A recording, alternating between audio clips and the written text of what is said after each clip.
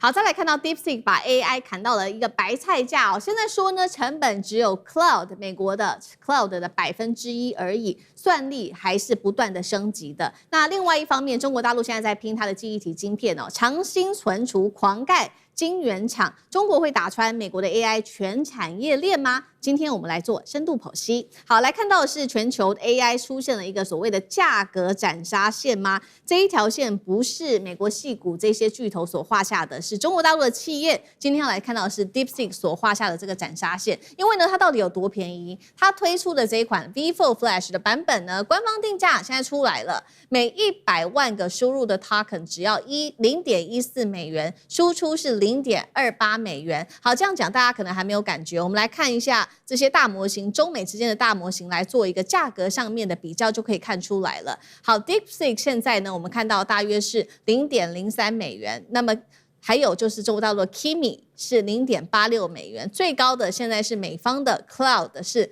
3.15美元。也就是說呢，我们现在如果把 DeepSeek 跟 Cloud 來比的話，它的這個它的算力還有它的技術 agent 的能力暴漲了60%，但是它的成本竟然只有 Cloud 的1%而已。好，另外除了價格戰之外，我們看到另外一個中國大陸很重要的 AI 大模型，也就是巨頭阿里巴巴了，它也推出了一個新的模型，這個是2.4兆參數的通義千問的 Owens 3.8 Max， 而且它接下來還會開放它的大模型的權重。直接會受到衝擊的，恐怕現在就是 OpenAI 跟 Anthropic 他們會感到非常大的壓力了。有關於價格戰的部分，上次哥怎麼看？這次這個 DeepSeek 出來之後，因為 DeepSeek 是不會宣傳自己的啦，但是呢，什麼是最好的宣傳？就是它的超低價格，而且這次超低價格的影響程度是如何？它穿破了整個美國 AI 產業，包括 OpenAI， 包括我們剛才 Anthropic 的部分的 Claude的相關的部分的這個價格，這是破底哈。我們現在剛剛看到這個價格是很好的統計，就是在同一個做一個100萬的這個字節元素的這個各方面的這個統計當中，要花費的 token 的錢，DeepSeek 竟然是這個最貴的這個 Cloud 當中的1%耶。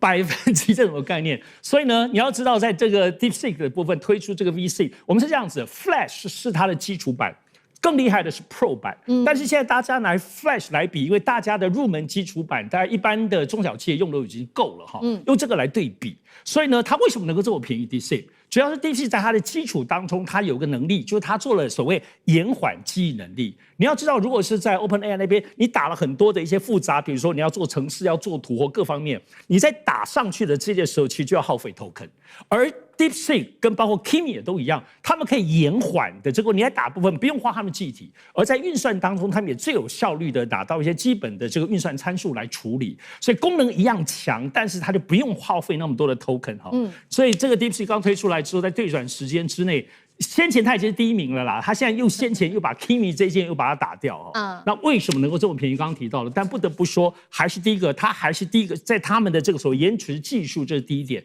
第二個主要還是長久以來，因為 DeepSeek 為了他們沒有最強的輝達晶片，所以他们在整個基礎性的軟體寫到透。最近 Meta 的這個祖克伯部分接受訪問的時候，他就提到這一點，他說就是中國因為晶片不夠強，所以他們對於基礎的要怎麼樣發揮軟體的部分架構到最底是吃透的，不像美國，因為算力夠嘛，我們就隨便寫一寫哈。但第三個還主要是梁文峰哦，梁文峰這個創辦人他自己本身的這個哲學，他還是認為當中第一個他考慮的問題是3年後、5年後的軟體架構問題，他現在就要解決，他不是說為了現在要賺錢或跟人家比拼哦，所以他有他自己的節奏跟進度，而且他認為就是要便宜啊。而且他認為他現在這麼便宜，他都還有6%就是6倍的利潤呢，他還可以更便宜，如果他要的話。所以我們必須要知道，中國大陸現在是這樣子 ，DeepSeek 大家認為，Kimi 智譜是我們最近的哈，大家還要注意阿里巴巴以及現在剛剛講說字節跳動的國外版的，就是豆包的國外版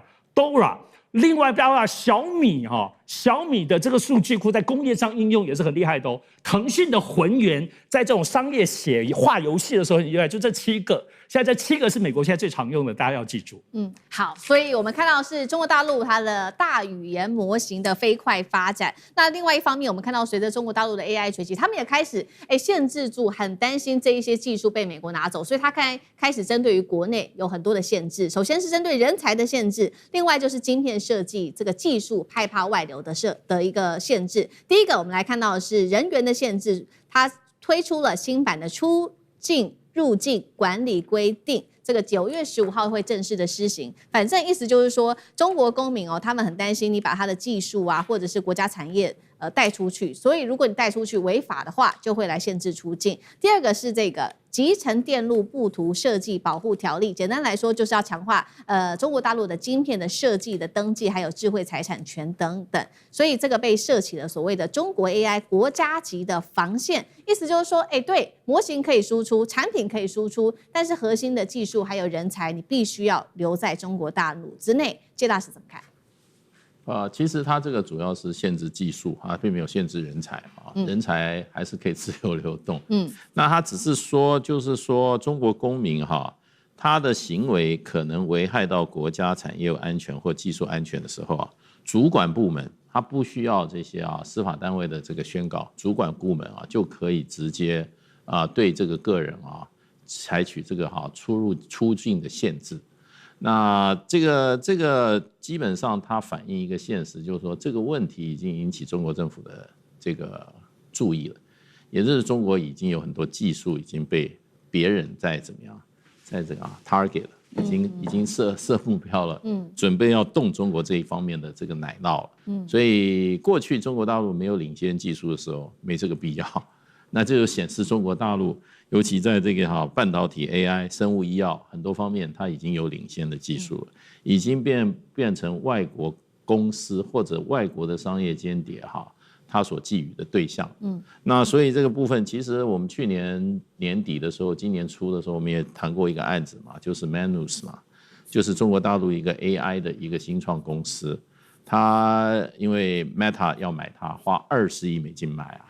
那他是先把技術移到哪裡？移到新加坡，然後成立新加坡公司把技術帶走。那可是這件事情，中國大陸發改委在最後一刻他還是出手，然後而且他約談了當時2個這個公司的負責人嘛。那結果這個就是說，美國的公司併購中國的新興的 AI 公司的這個案子就被打消了。所以就變成中國大陸現在已經是尖端科技的可以輸出的國家了，所以它這個主要是在限制科技技術的輸出哈。當然，它將來會不會就影響到說嚇跑自己本身的人才？我覺得人才不會因為這種事情嚇跑了，人才會因為他有沒有一個生態環境有利於他的科技跟他的事業發展。我想梁文風的話，他去美國的話，沒有人會給他這麼多錢的，沒有會有這麼多天使基金會給他的，也不會有這麼政府強大的力量在幫他的。對，楊植林也是一樣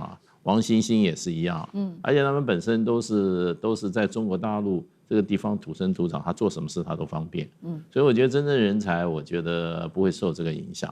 對。好，所以我們看到中美之間的這一場 AI 科技戰除了比模型、比人才，還有我們看到的是技術之外，現在另外一個我們要來討論的，還有包括了記憶體大戰。好，最新消息是中國大陸的第一輪龍頭長鑫存儲，它傳出了，我要開始來擴張我的產能，在北京新建第2座的12寸DRAM晶圓廠，並且加上這一家在上海跟合肥的產地的話，擴產計劃順利完成，長鑫存儲可以提高1倍以上的產能，直接挑戰的是3大個企業霸權。第一個就是美國的美光，還有2家的韓國公司三星跟 SK 海力士長期DRAM市場的壟斷。那現在傳出呢，因為呢長鑫存儲它的這個記憶體的晶片價格真的比較便宜，那這個蘋果的公司呢，為了要買到比較便宜的，同時也分散這個供應鏈的風險，所以想要跟長鑫存儲買。當然了，美國的國會議員是立刻的，還有美光立刻的反對這一項決議，說呢這一件事情是違反國安法的。將軍怎麼看？那個長鑫存儲，我們知道它有價格優勢，就是便宜。我們同樣規格，但是我就是便宜啊。那便宜的時候，如果是美國議員沒有這方面建議，那這個只要一使用一買的話，那以後變成會有我們講使用的慣性，你就一直買下去。為什麼它便宜？你要不要再買貴的？同樣規格，你要買貴的，不要了，那你就買長鑫存儲，那不是依賴性了。所以我認為這是一個貿易保護，它要保護他們國內的產業。你不管是海力士或者這個韓國的三星，或者是美光，我就是要保護就對了。我如果買它的，那以後就一直買它，會買下去了。那我有3個理由，大家可以明白。第一個，你注意看美國會講，這有國安疑慮。那一講國安疑慮，哎，它有後門程式，你知不知道？你不知道吧？它有關進去哦，這有國安疑慮哦，那我們就不要買。國安疑慮常常用嘛。第二個我們可以知道，哎，它產能過剩，它這在傾銷，你傾銷這個違反貿易原則，你這個傾銷你就壟斷呢，